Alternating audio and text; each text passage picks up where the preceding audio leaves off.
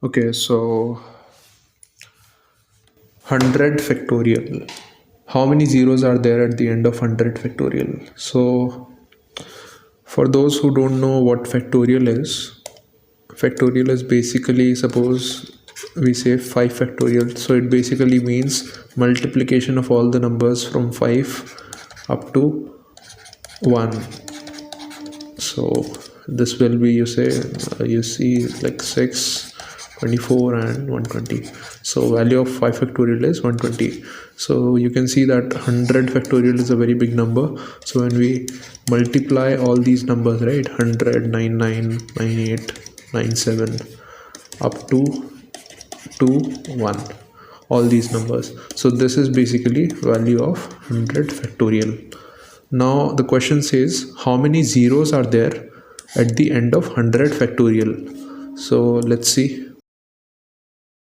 Okay, so let's see how many zeros are there. So how do we find out how many zeros are there? So for finding a zero, let's say there's a number called 237 8000. So how do we find that how many zeros are there? So we can directly see this, that there are 3 zeros, but mathematically how can we find it? We can divide it by 1000, which contains 3 zeros, and still remains a number that is not decimal, so it still remains a whole number. So it basically means some whole number multiply by some number that is basically 10 raised to power something, 10 raised to power n. So if we can express 100 factorial in this form, that x is a whole number and n is also a natural number. So if we can express this 100 factorial in this form, then we will be able to find out how many zeros are there at the end of it. Let's see how can we do this. Okay, so we need to find out this number, right, 10 raised to power n. So let's say this complete number, this is a whole number, but this doesn't contain any other zeros. All zeros we have transferred to this. So when this doesn't contain any zero, it basically means it might contain 2, but it cannot contain 5. Or if it is containing 5, then it cannot contain 2. Otherwise, if it contains both of them, then they will form 10. That will just go here. So logically, either of them should not be present. And if we think a little bit, 5 is basically comes lesser number of times compared to 2. 2 is like everywhere, 2, 4, 6, 8, everywhere, but 5 is comparatively lesser. So we see that most probably, not most probably, like certainly, that it is certain that in this x, 5 will not be present. Only 2's and other numbers will be present. Okay, 5 will not be present. So all 5's are here, and it also has some 2's. That's why it is basically 10 raised to power n. So it is something like 5 raised to power n into 2 raised to power n. So if we can find this thing, that how many 5's are there in this 100 factorial, then we will be able to find out the value of n.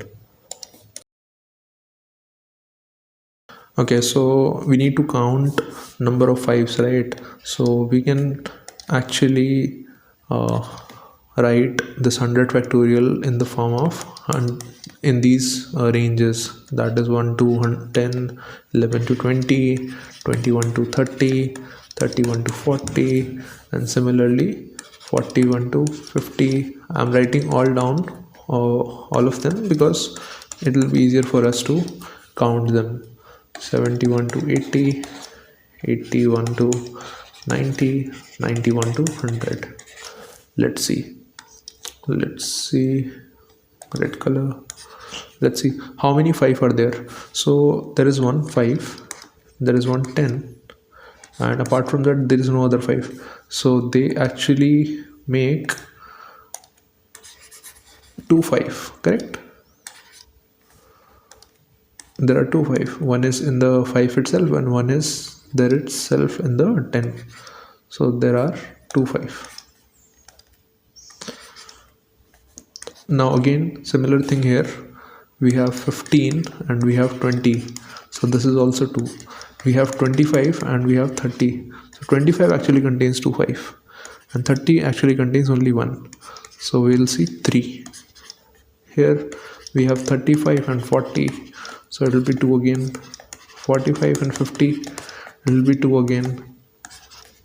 55 and 60. It will be 2 again. 65 and 70. 2. 75 and 80. It will be 2. 85 and 90. It will be 2. And 95 and 100, it will be 2. So we can add them all, but before that let's see, have we done all these calculations correctly? So this is 25, right? So we calculated it as 2 here, 1 here, so this was 3, but we missed this one. So this is also like 25 into 3. So there are two 5 here, correct?